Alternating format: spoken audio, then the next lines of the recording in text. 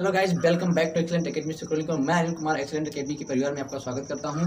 हम आप लोगों के लिए छोटा सा टॉपिक लेकर आए हैं, रेस्पिरेशन, जो कि यानी एग्जाम के पॉइंट ऑफ व्यू से बहुत ही इंपॉर्टेंट है और हर साल कुछ न कुछ रेस्पिरेशन से पूछा जाता है। चलिए हम छोटा सा जो टॉपिक लेकर आए हैं आप लोगों के सामने बोर्डिंग करते हैं और समझने की कोशिश करते हैं कि रेस्पिरेशन होता क्या है। तो रेस्पिरेशन क्या होता है, यानी कि भोजन से ऊर्जा का फॉर्मेशन, यानी कि ऊर्जा का निर्माण, भोजन से ऊर्जा का निर्माण ही श्वसन कहलाता है। क्या कहलाता है? श्वसन कहलाता है। आप अगर दूसरी भाषा में समझें, इंग्लिश में समझें, तो फॉर्मेशन ऑफ एनर्जी, क्या चीज? Formation of energy by food, यानी कि formation of energy by food, यानी डाइजेशन के दौरान हमारे शरीर में एनर्जी का फॉर्मेशन होता है in the form of ATP, in the form of ATP. ATP क्या होता है? एटीपी हमारा क्या है? एनर्जी मॉलिक्यूल है। क्या है? एनर्जी मॉलिक्यूल है। एनर्जी मॉलिक्यूल है जिसका फुल फॉर्म होता है एडिनोसिन ट्राइफॉस्फेट। आप आगे बढ़ते हैं। एडिनोसिन ट्राइफॉस्फेट हो गया। अब सबको पता है श्वसन क्या है? जीवन का एक अनिवार्य प्रक्रिया है। तो इसमें क्रिया विधि इन्वॉल्व होती है, यानी कि इसके क्रिया विधि कौन कौन से हैं? तो इसमें पहली क्रिया विधि हमारी होती है जिसे कहते हैं हम बाह्य श्वसन। क्या बोलते हैं?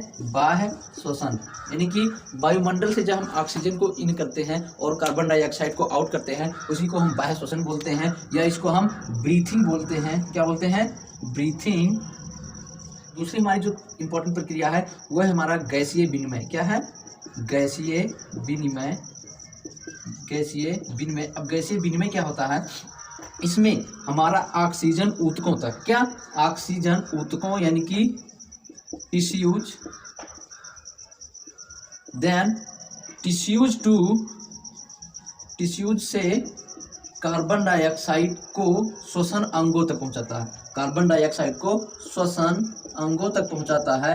इसे हम क्या बोलते हैं? श्वसन अंगों तक पहुंचाने का कार्य करता है, जिसे हम गैसीय विनिमय कहते हैं। और तीसरा जो हमारा इंपॉर्टेंट है वो है कोशिकीय,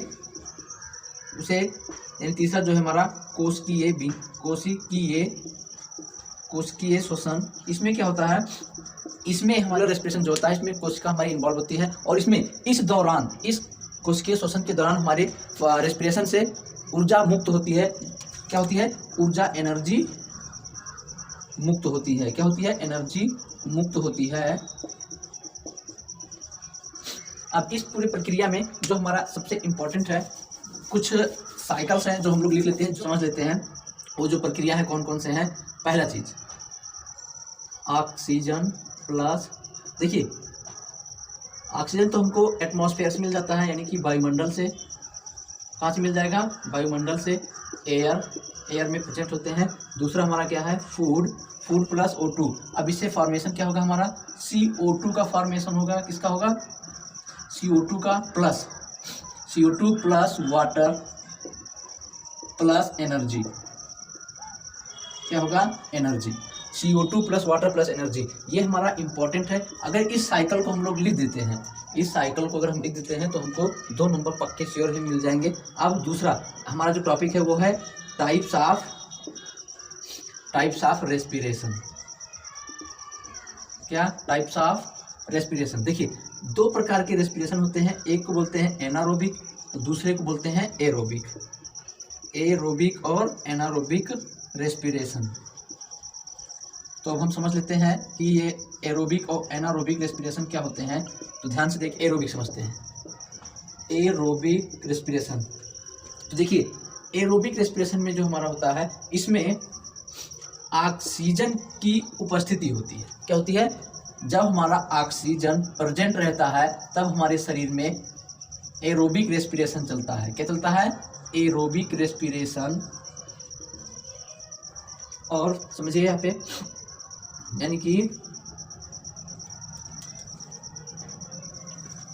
यानी ग्लूकोज ग्लूकोज से ग्लाइकोलिसिस पाथवे चलती है, क्या चलती है? Glycolysis pathway. कहाँ पे? साइटोप्लाज्म में। कहाँ पे? साइटोप्लाज्म में। और ये किस चीज़ का फॉर्मेशन करती हैं? Pyruvic acid. किसका? पायरुबिक एसिड का फॉर्मेशन करती हैं। क्या करती हैं? Pyruvic acid. और इस पायरुबिक एसिड से फॉर्मेशन होता है हमारा ऑक्सीजन के प्रेजेंट में होता है हमारा, यहाँ लिख दे रहे हैं हम 6CO2 plus 6CO2 plus 2H2O plus 38 ATP। ये हमारी energy in the form of energy, यानी कि जब हमारे शरीर में एरोबिक प्रक्रिया चल रही होती है उस समय, जब हमारे शरीर में, एक मिनट यहाँ गलत है, 6H2O प्लस 38 ATP, जिस समय हमारे शरीर में ग्लूकोज यानी कि ग्लूकोज होता है उस समय हमारे शरीर में ग्लाइकोलिसिस पाथवे चलती है। कहाँ पे? साइटोप्लाज्म में। और यहाँ पे फॉर्मेशन होता है किसका? पायरुबिक एसिड का। और जब पायरुबिक एसिड का फॉर्मेशन होता है तो ऑक्सीजन जब प्रेजेंट रहेगा तो हमारे शरीर में 6CO2 plus 6H2O plus 38 ATP का फॉर्मेशन होता है। और इसी को हम लोग क्या बोलते हैं? एरोबिक प्रक्रिया भी बोलते हैं या एरोबिक रेस्पिरेशन बोलते हैं। और दूसरा जो हमारा है वो हमारा एनारोबिक रेस्पिरेशन। एनारोबिक रेस्पिरेशन, इसमें क्या होता है ये भी समझ लेते हैं, यानी कि ग्लूकोज